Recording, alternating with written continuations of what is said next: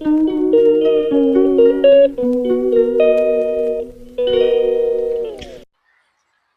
Guys, top 10 YouTube ചാനലിലേക്ക് എല്ലാവരെയും സ്വാഗതം ചെയ്യുക. നമ്മുടെ ഇന്നത്തെ കണ്ടന്റ് എന്ന് പറഞ്ഞ റോഡ് പരമായ അശ്രദ്ധ. റോഡും ഒരു കാരണമാകുന്ന ഒരു ഏറ്റവും കൂടുതൽ നമ്മൾ ശ്രദ്ധിക്കേണ്ട കാര്യം റോഡും ട്രാവലിങ്ങും നമ്മൾ എൻജോയ് ചെയ്യുമ്പോൾ അവിടെ നമുക്ക് കിട്ടുന്ന പല കാര്യത്തിൽ നമ്മൾ പുറത്ത് വെച്ച് ചെയ്യുന്നതും പുറത്ത് നടക്കുന്ന സംഭവങ്ങളായതുകൊണ്ടാണ്. നമ്മൾ റിയാലിറ്റിയിൽ ചിന്തിക്കുമ്പോൾ റോഡ് അത്ര സുരക്ഷിതയൊന്നും അല്ല കേരളത്തിൽ. മന്ത്രി ഗണേഷ് കുമാർ പറയുന്ന കാര്യവും അതിനെക്കുറിച്ചാണ്. അശ്രദ്ധമായ വാഹനം ഓടിച്ചതിന്റെ കാരണത്താൽ പത്തനംതിട്ടയിൽ അപകടകരമായ ഒരു മരണം നടന്നതിനെ പറ്റി അതിന്റെ ഒരു ഡിബേറ്റ് ന്യൂസിൽ നടക്കുന്നുണ്ട്. ആ അപകടങ്ങളെല്ലാം 15-ാം തീയതി കഴിഞ്ഞതാണ്. ആ അപകടത്തെ കുറിച്ച് നമുക്ക് കൂടുതൽ പറയേണ്ടതുണ്ട്.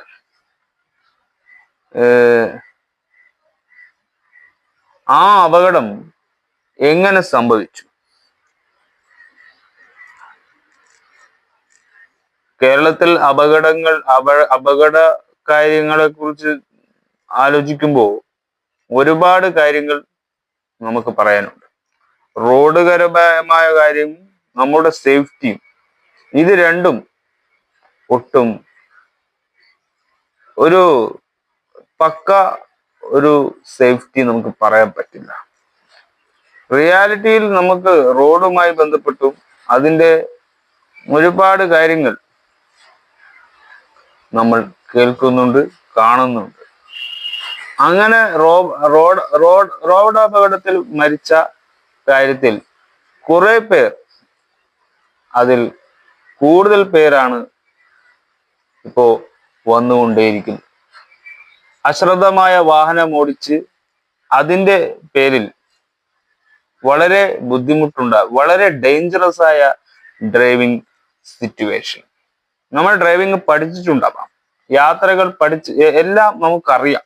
പക്ഷെ അതിക്കു മേലെ നമ്മുടെ ചിന്തകൾക്ക് അപ്പുറം സഞ്ചരിക്കുന്ന ഒരു ജീവിതമാണ് യാത്ര എന്ന് പറയുന്നതും ട്രാവലിംഗ് എന്ന് പറയുന്നതും. നമ്മുടെ മൈൻഡ് അൺകോൺഷ്യസ് ആയി മാറുന്ന ഒരു നിമിഷമാണ്. പ്രേക്ഷകരോടും വ്യൂവേഴ്സിനോടും നമുക്ക് പറയാനുള്ളത്, യാത്ര എന്ന് പറയുന്ന ഒരു കോൺസെപ്റ്റിനെ നമ്മൾ ചിന്തിക്കുമ്പോൾ നമ്മൾ അശ്രദ്ധകരമായ പല കാര്യവും ആ യാത്രയിൽ വാഹനം ഓടിക്കുന്ന വ്യക്തികൾക്കുണ്ടാവും. വാഹനം ഓടിച്ചത് ബിജു എന്ന് പറയുന്ന വ്യക്തിയും ടി ജോർജ് അശ്രദ്ധയായി വാഹനം ഓടിച്ചതാണ് അപകടമെന്ന് FIR, അപകടത്തിന് തൊട്ട് മുമ്പുള്ള ദൃശ്യങ്ങൾ നമ്മൾ ഇവിടെ പ്ലേ ചെയ്യുന്നുണ്ട്.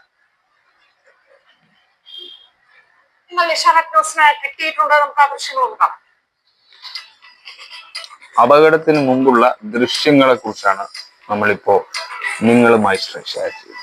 15-ാം തീയതി നടന്ന അപകടത്തെ കുറിച്ച്. ഒരു സ്വിഫ്റ്റ് കാർ വളരെ വേഗതയിൽ ഹൈ സ്പീഡിൽ തന്നെയാണ് ആ വാഹനം കടന്നു പോകുന്നത്. നമ്മളത് കാണുന്നു. വളരെ വലിയൊരു സ്പീഡ്. ഉറങ്ങിയിട്ടായിരിക്കാം ചിലപ്പോൾ അത് സംഭവിക്കുക. ഒരു അശ്രദ്ധ. ഡ്രൈവിംഗിൽ എപ്പോഴും മൈന്യൂട്ട് കാര്യങ്ങളാണ്. ബിജു വളരെ വേഗതയിലാണ് ആ വണ്ടി കൊണ്ടുപോയി ഇടിക്കുന്നത്. ഒരു വലിയ ബസിന്റെ മുൻവശത്തായിരുന്നു. ആ ബസ് തകർന്ന് ആ ബസിന്റെ അടിയിലേക്ക് കാർ പോയി എന്നാണ് മരണപ്പെട്ടവർ അതും പറയുന്നു. ഏഷ്യാനെറ്റ് ന്യൂസ് ആണ് ഞാൻ കണ്ട. അപ്പൊ അതിലാണ് ഈ റിപ്പോർട്ട് നമ്മൾ അപാകതമായും അശ്രദ്ധമായും റോഡും ഒരു കാരണമാണെന്ന് പറയുന്നു. പക്ഷെ യഥാർത്ഥ റോഡ് മാത്രമല്ല, സ്വയം നമ്മൾ തന്നെ നമ്മളെ സംരക്ഷിക്കുക എന്നൊരു വാക്കിന് പ്രാധാന്യം. റോഡും പല ഏരിയയിൽ, നമ്മൾ ഈ ഭാഗത്തുള്ള ഏരിയയിലൊക്കെ റോഡൊക്കെ വളരെ ഡിഗ്രേഡ് ചെയ്യേണ്ട ഒരു വിധത്തിലാണ്. മോശമായ റോഡാണ്, സത്യാവസ്ഥയാണ്. ആ ബസ് കലങ്ങിയിരിക്കുക, മുമ്പ് വശമൊക്കെ അടിഭാഗമൊക്കെ ഇടിച്ച് ആ വണ്ടി കയറി മരണം സംഭവിച്ചേക്കാം. കാരണം അത്രയ്ക്കും ദുർബലമായ ഫ്രണ്ട് ഭാഗം കാണാൻ സാധിക്കും.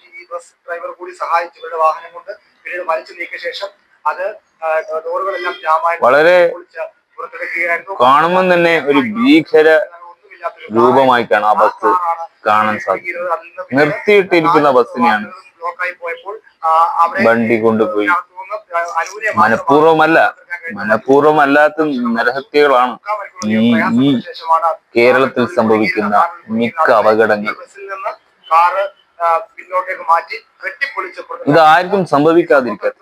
ഇനിയെങ്കിലും റോഡും ജനങ്ങളും റോഡ് സുരക്ഷയെ കുറിച്ച് കൂടുതൽ ജാഗ്രത കാണിക്കണമെന്നതാണ് നമ്മുടെ വിലയേറിയ അഭ്യർത്ഥന.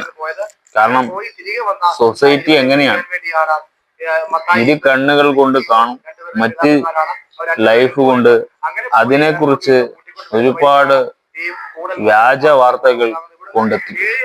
അലിഗേഷൻസ് കൊണ്ട് ഒരു ആറാട്ടായി മാറും. നമ്മുടെ സൊസൈറ്റിക്ക് സംഭവിക്കുന്ന കാര്യങ്ങളാണ്. ഒരു ദമ്പതിയാണ്, കൊന്നി സ്വദേശിയാണ് ബിജു പി ജോർജും മത്തായി ഈശ്വർ, നിഖിൽ എന്നിവരൊക്കെ ഇതിൽ മരണപ്പെട്ടു എന്നതാണ് പറയുന്നത്. ഒരു വിവാഹത്തിന് വേണ്ടി പോയതാണെന്ന് തോന്നുന്നു.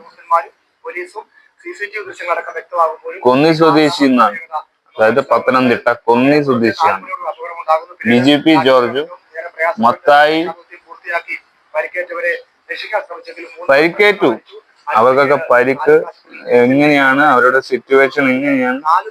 ഈയിടെയാണ് 4 ലേഡീസ് അപകടത്തിൽ മരണപ്പെട്ടു.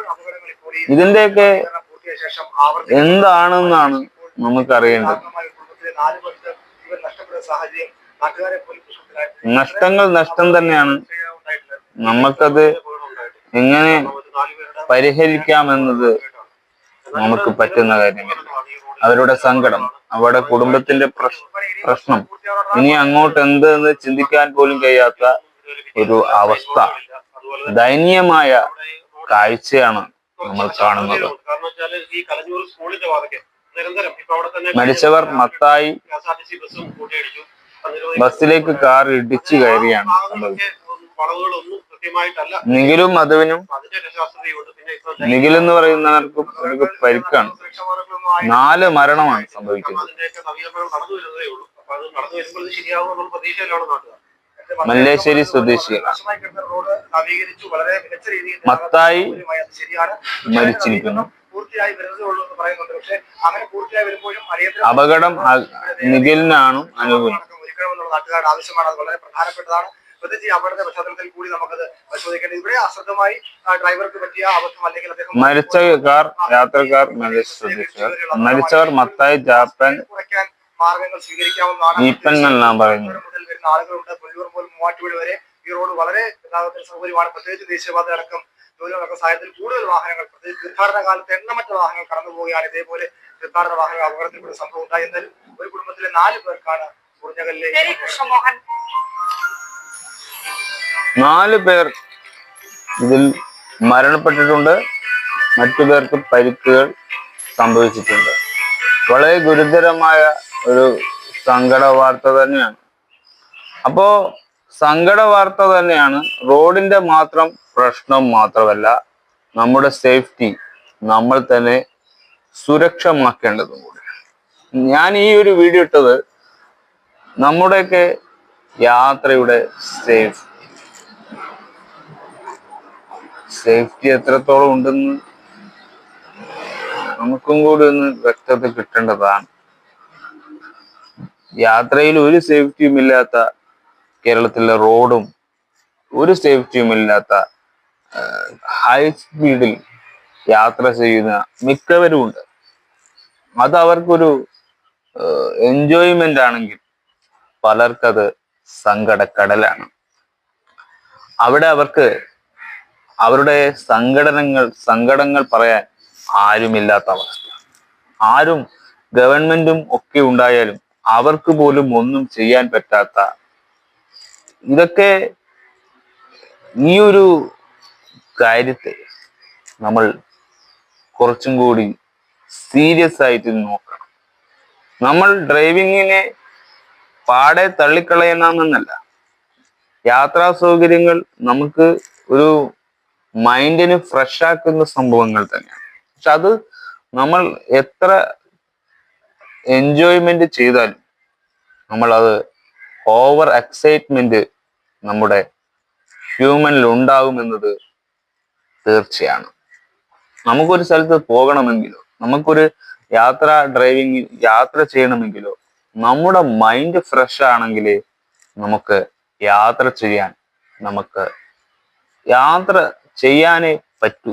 യാത്ര അങ്ങനെ മാത്രം ചെയ്യാൻ പറ്റുന്ന ഒരു കാര്യമാണ്. അപ്പോ ഈ രാത്രിയുള്ള അപകടങ്ങളും അങ്ങനെ തന്നെയാണ്. നമ്മൾ അൺകോഷ്യൻസ് ആയി പോകും. നമ്മുടെ യാത്രകൾ ഹൈ സ്പീഡിലൊക്കെ വണ്ടി പോകുമ്പോൾ നമ്മുടെ നിയന്ത്രണത്തിലല്ല വണ്ടി എന്ന് ഓർത്തുകൊണ്ട് വണ്ടി ഓടിക്കുന്നതാണ് കേരളത്തിലെ യാത്രക്കാർ സുരക്ഷിതരാവണമെങ്കിൽ അങ്ങനെ ചെയ്താലേ പറ്റൂ എന്നതാണ് ഒരു സത്യമായ പച്ചയായ സത്യം. അപ്പൊ അതിനെതിരെ നമ്മൾ ഡിബേറ്റ് ചെയ്യുന്നുണ്ട് പലരും. ഇപ്പൊ മന്ത്രി ഗണേഷ് കുമാറിന്റെ അഭിപ്രായം നമുക്കറിയണമെന്നുണ്ട്. അദ്ദേഹം ഇതിനെക്കുറിച്ച് പറയുന്ന കാര്യത്തെക്കുറിച്ച് നമുക്കൊന്ന് അദ്ദേഹം എന്താണ് ഈ അപകടത്തെക്കുറിച്ച് പറയുന്നത് എന്താണെന്നത് നമുക്ക് ഒന്ന് അനലൈസ് ചെയ്ത് തിരിച്ചു വരാം. ആഘോഷങ്ങൾക്ക് ഇടയിലാണ് ഈ ഒരു അപകടം സംഭവിക്കുന്നത്. അപ്പോ മത്തായിനെ കൂട്ടാൻ പോവുകയായിരുന്നു. അതിനിടയിലാണ് ഈ ഒരു അപകടം സംഭവിച്ചിരിക്കുന്നത്. നിഖിൽ ആന്റോണിന് പരിക്കാണ് സംഭവിച്ചത്, മറ്റു പേർക്ക് മരണവും. അപ്പോ ഈ അടുത്ത് കല്യാണം ദമ്പതികളായ അവർ മധുവിധു ആഘോഷങ്ങൾക്ക് തിരികെ വന്ന് ആ ഒരിടയിലുണ്ടായ ബസ് എന്ന് പറഞ്ഞ ശബരിമല ബസ്സായിരുന്നു. ആ ശബരിമല ബസ് ആണ് വണ്ടി കൊണ്ടുപോയി ഇടിച്ചത്. അങ്ങനെ ഇപ്പോ അപകടത്തിന്റെ പിന്നാലെ കാറ് നല്ല സ്പീഡിലായിരുന്നു. ഡ്രൈവർമാർ ഉറങ്ങിയതിന്റെ കാരണത്താലാണ് ഈ അപകട സാധ്യത ഉള്ളത്. അപ്പൊ അതിന്റെ മന്ത്രി ഗണേഷ് കുമാർ അതിനെക്കുറിച്ച് എന്താണ് പറയുന്നതെന്ന് നമുക്ക് അനലൈസ് ചെയ്ത് ബാക്കി കാര്യങ്ങൾ നമുക്ക് അപ്ഡേറ്റ് ചെയ്യാം. ഇന്നത്തെ ഈ ഒരു അപകടം നമ്മൾ നോക്കും, പലപ്പോഴും രാത്രികാല യാത്രകൾ ആൾക്കാർ തിരഞ്ഞെടുക്കുന്നത് തന്നെ സമയം ലാഭിക്കാനൊക്കെ വേണ്ടിയിട്ടാണ്. ഇപ്പോൾ ഇന്ന് സംഭവിച്ച ഒരു അപകടം പ്രാഥമിക നിഗമനം എന്ന് പറയുന്നത് വണ്ടി ഓടിച്ചിരുന്ന ഡ്രൈവർ അനുവിന്റെ പിതാവ് ഉറങ്ങിപ്പോയതാണ് കാരണം എന്നാണ് പ്രാഥമിക തന്നെയാണോ കാരണം റോഡുമായി ബന്ധപ്പെട്ട എന്തെങ്കിലും പ്രശ്നമുള്ളതായി ഉറക്കം മനുഷ്യന്റെ ഹ്യൂമന് വരുന്ന ഒരു സംഭവമാണ്. അതൊരു കുറ്റകരമല്ല. പക്ഷെ രാത്രികളിൽ മനുഷ്യന് പറ്റുന്ന നല്ല സ്പീഡിൽ പോവുകയായിരുന്നു. പക്ഷെ ഉറക്കം വന്നതിന് ശേഷം വണ്ടി വേഗത കൂടിയിരിക്കാം.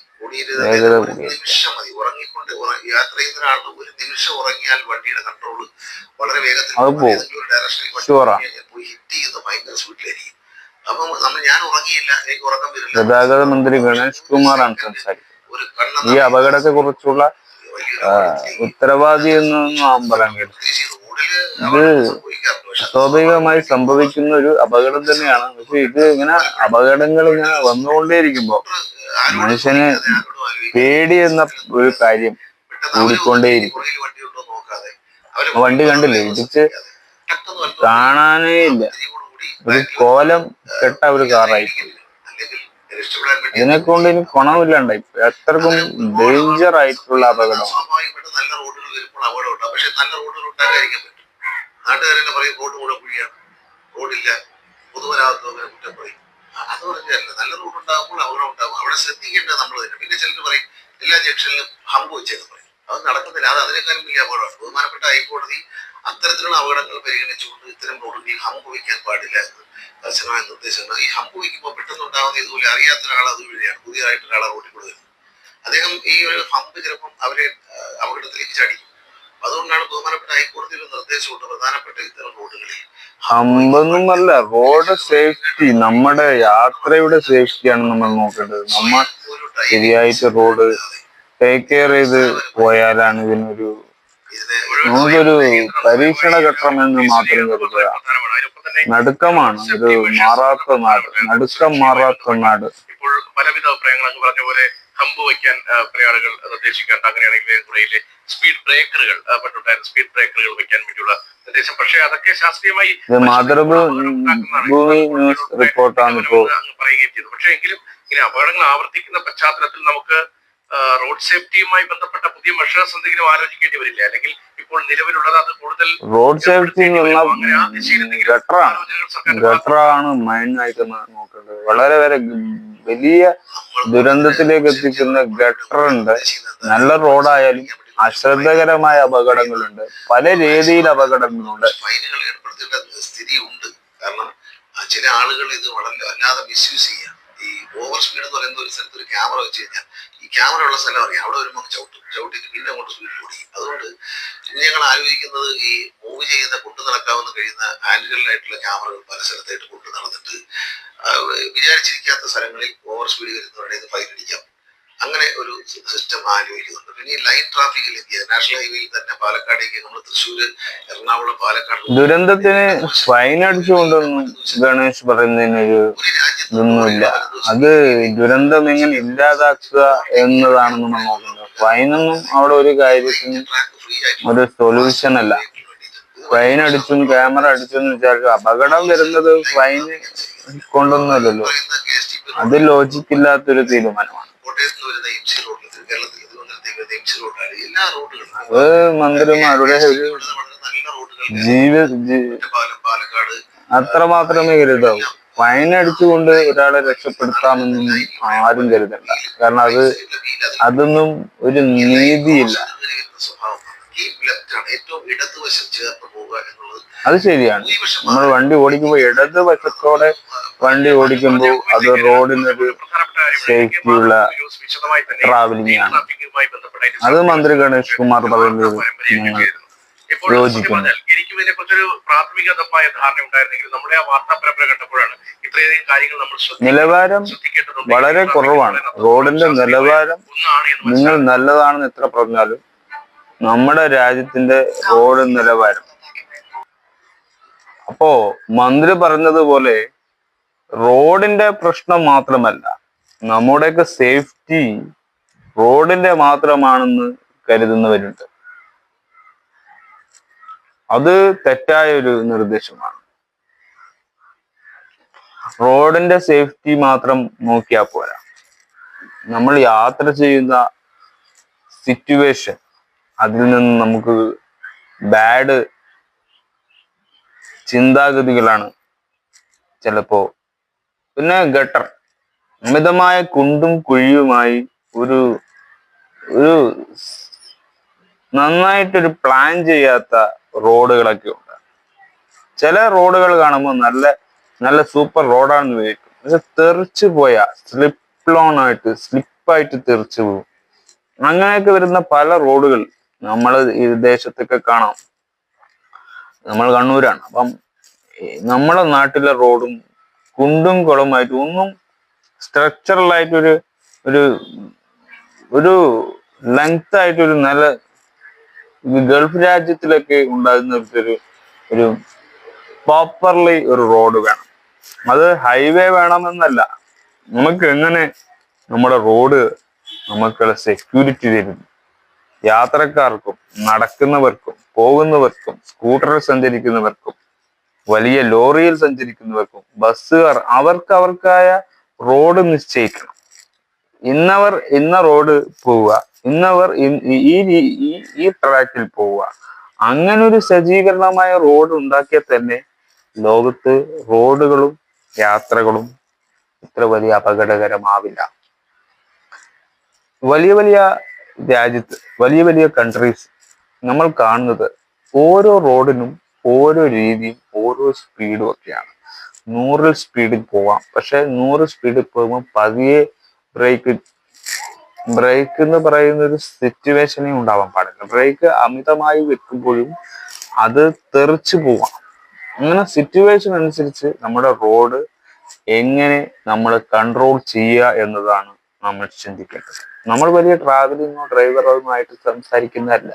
പക്ഷെ നമ്മൾ റോഡ് ഒരു സ്കെച്ച് നോക്കുമ്പോൾ റോഡിന്റെ കാര്യത്തിൽ വളരെ ഗംഭീരമായ മോശം ഒരു റിവ്യൂ ആണ് നമുക്ക് പറയുന്നത്. കാരണം റോഡ് സേഫ്റ്റി മറ്റ് കൺട്രീസിനെ കുറിച്ച് ആലോചിക്കുമ്പോൾ നമ്മുടെ നാടിന്റെ റോഡ് വളരെ ദുർബലമാണ്.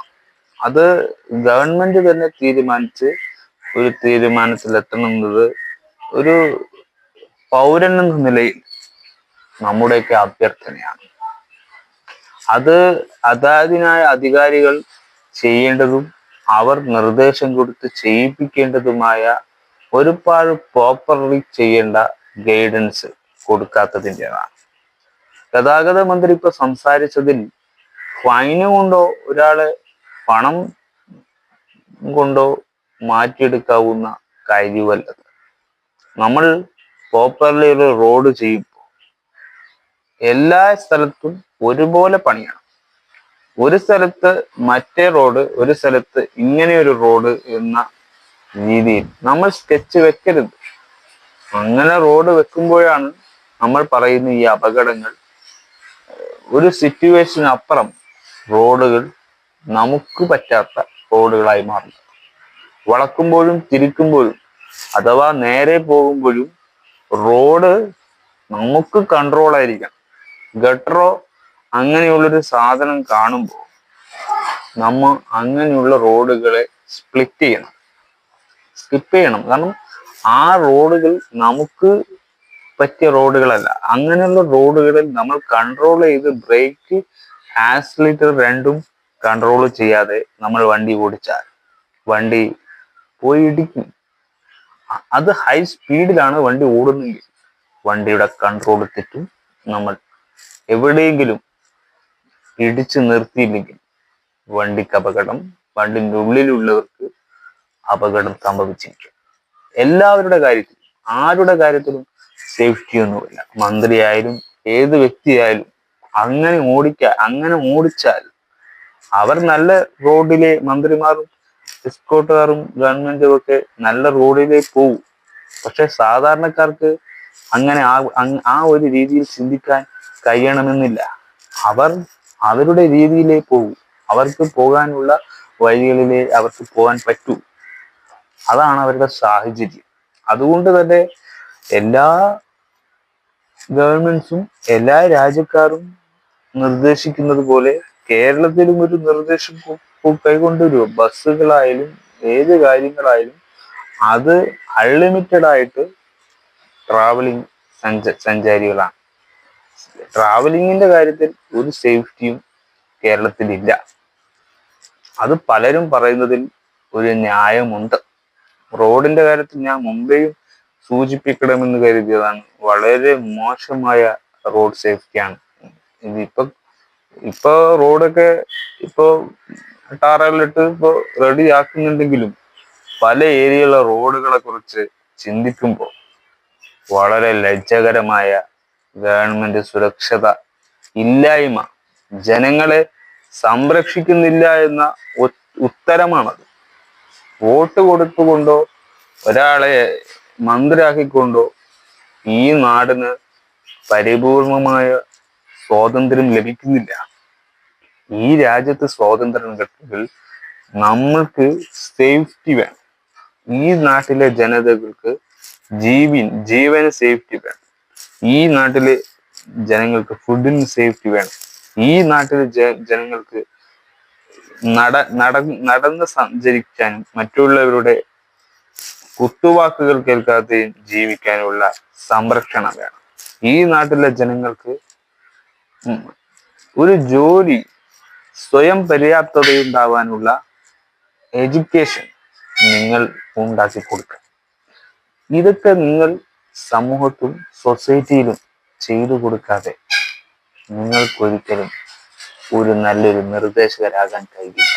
ഗവൺമെന്റ് ചെയ്യുന്ന ഈ ദുർബലമായ ഒരു കാര്യത്തെ, ഒരു ഒട്ടും മോശകരമായ ഈ ഒരു കാര്യത്തെ നമുക്ക് എങ്ങനെ അംഗീകരിക്കാൻ പറ്റും?